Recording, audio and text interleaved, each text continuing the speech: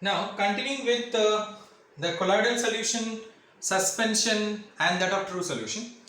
I will draw a diagram on the board so that you will understand it. What's the difference between colloid, suspension and true solution. Now see here.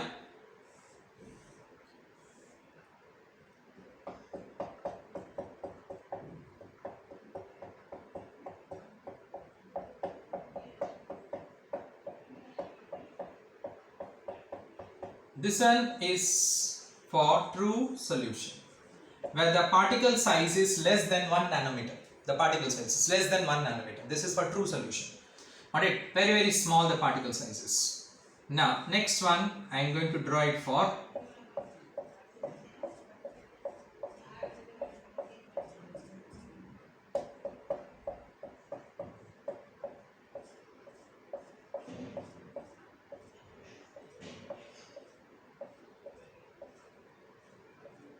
this is for colloidal solution, where the particle size is between 1 nanometer to 1000 nanometer, which I have told you. Now next is, this one is for suspension. This one is for suspension. As you can see it here very clearly, the particle size is greater than 1000 nanometer. This is suspension. A suspended particle, the particle size is greater than 1000 nanometer. So you can see this is true solution. The particle size is very small. It can pass through ordinary filter paper. When the light passes through the true solution, what you find is that the light simply passes through. But in case of colloidal solution, the particle size is between 1 nanometer to 1000 nanometer. You can see it here that it is quite bigger. Alright, and this, when the light passes through it, the light gets scattered. It shows Tyndall effect. I told you earlier. It shows Tyndall effect. The light gets scattered. Alright, the scattering of light, when a beam of light is passed through colloidal solution, what you find is that light gets scattered. It's not clearly visible because it is a translucent solution. The solution is translucent. Like true solution is a transparent solution, but colloidal solution is a translucent solution. So the light is partially absorbed, and the remaining light, what happens is that it is being scattered. It forms a Tyndall cone. Alright, in this way, conical shape, the light comes out. Alright. Now next is, in case of suspension, the light does not pass through at all because it is opaque in nature. The particle size is very large. It is greater than that of 1000 nanometer. Alright, so the light does not pass through at all. The particles settle down. At the bottom it settles down. Alright, that is known as a suspension. We can say that. Like sand and water is suspension. Chalk, dust and water is suspension. We can say that. So in this way, that is, you understood the what you can say, the difference between colloidal solution, true solution and that of suspension. You understood it.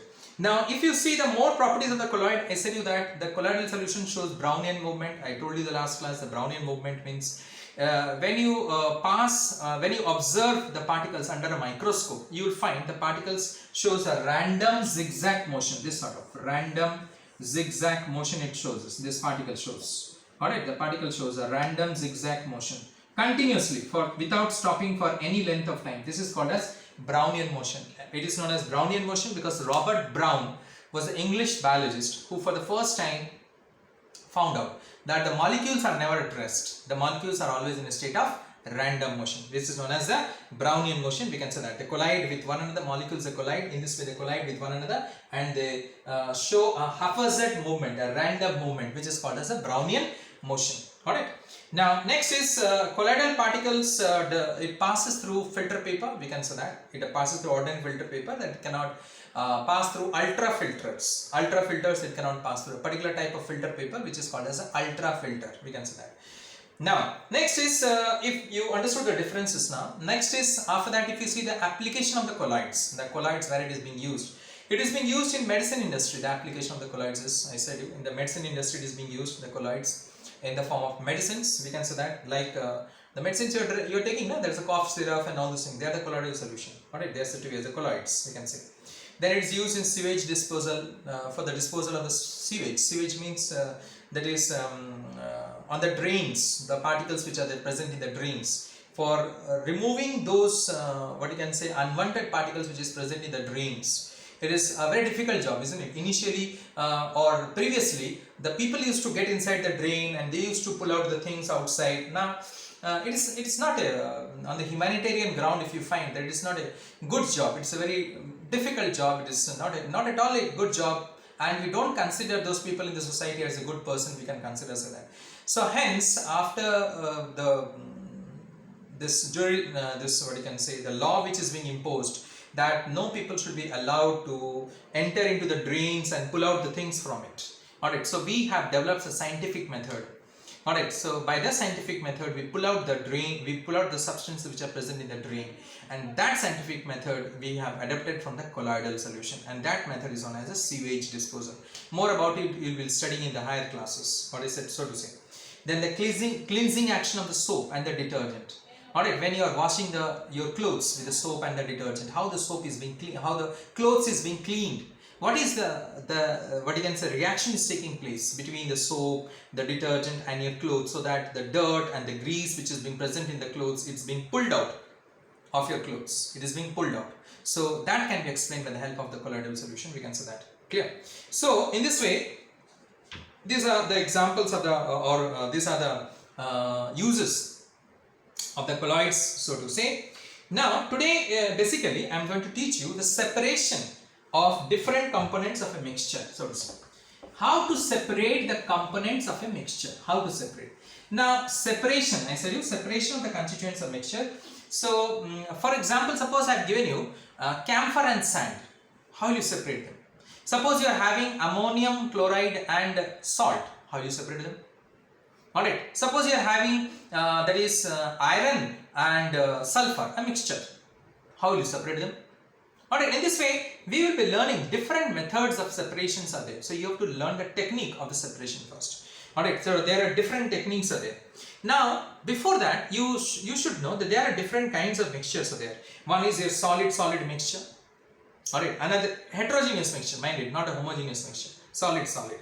So next we are having solid liquid mixture. Then we are having that is liquid mixture, which is forming a homogeneous mixture, we can say that.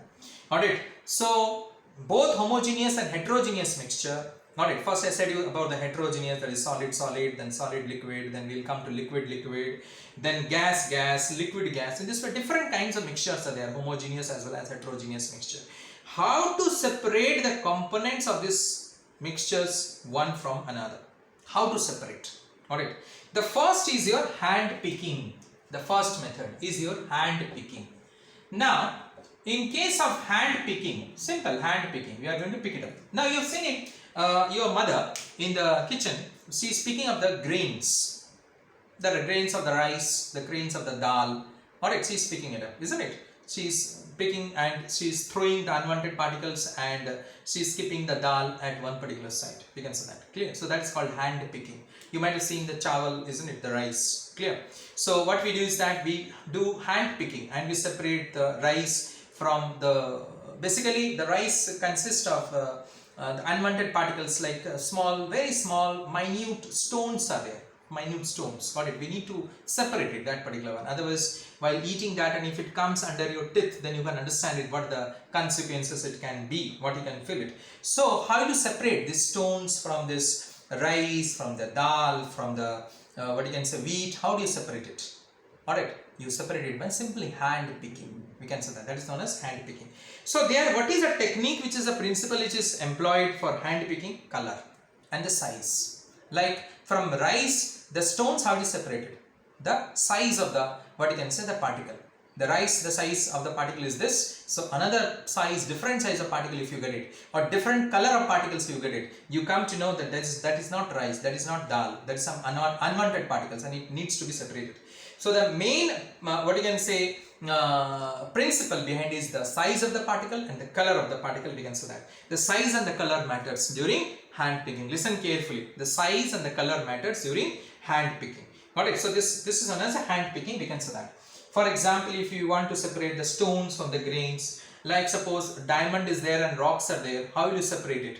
The diamond from the rocks? Simply by hand picking. You can see the diamond it shines, but the raw diamond is not going to shine. Okay, but little bit it's going to shine, not so much as the diamond which is being processed.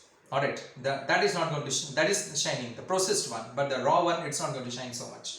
Alright, now you are having a mixture of iron fillings and copper. How do you separate it? Iron fillings and copper. Same thing by hand picking, because the copper is reddish brown in color, iron is grey in color. Very clearly it is noticeable, and hence you separate it. That is called hand picking. Alright, now next is you are having a mixture of iron fillings and sulfur. So how do we do that? That is nothing but magnetic separation. Magnetic separation. We go for magnetic separation. For example here, now here see this is a completely the chapter which I am teaching you, the portion which I am teaching you, it's completely a theoretical part. So you need to understand the theory, you need to understand the concept well. So listen carefully when I am speaking to you, listen very much carefully. So slowly I am repeating the things, so understand it. Suppose you are having a mixture of iron fillings and sulfur, you are having a mixture of iron fillings and sulfur. How do you do? You take a tray. Alright, you take a tray, you take that particular mixture, bring a horseshoe magnet or a bar magnet near to it, that mixture. You will see all the iron fillings will cling to it. All the iron fillings will cling to that particular magnet, leaving behind the sulfur. So in this way, if you want to separate a magnetic from a non-magnetic particles, then you go for magnetic separation. Magnetic from a non-magnetic particles, like iron and sawdust. Sawdust, you know what is sawdust? The dust which you are getting it from the cutting of the wood, alright, that is known as a sawdust. So iron and sawdust, nickel and lead, we can say that nickel is magnetic in nature, we can say that. Iron and any other non-magnetic particle like phosphorus, like sulfur, like suppose we are having, that is we can say this copper, alright. So in this way you will find it out, we can separate the magnetic and the non-magnetic particles. So you need to understand it. When a particular mixture is given, you need to understand that what this mixture is. What this mixture is, magnetic, non-magnetic. So when it is magnetic, non-magnetic means you will go for magnetic separation. Because a magnetic, non-magnetic, the one which is magnetic, that is attracted towards the magnet, and the other non-magnetic, it's remaining behind. In this way you can separate it. Fine. Next, the next method is your sublimation. The next method is your sublimation method. Now you know what is sublimation, the process. Sublimation means a process in which a substance, when it is being heated, changes directly from solid state to gaseous state. That is called sublimation. It directly changes from solid state to gaseous state without being converted into liquid. It's not being converted into liquid, it directly changes from solid state to gaseous state. Now the question is why?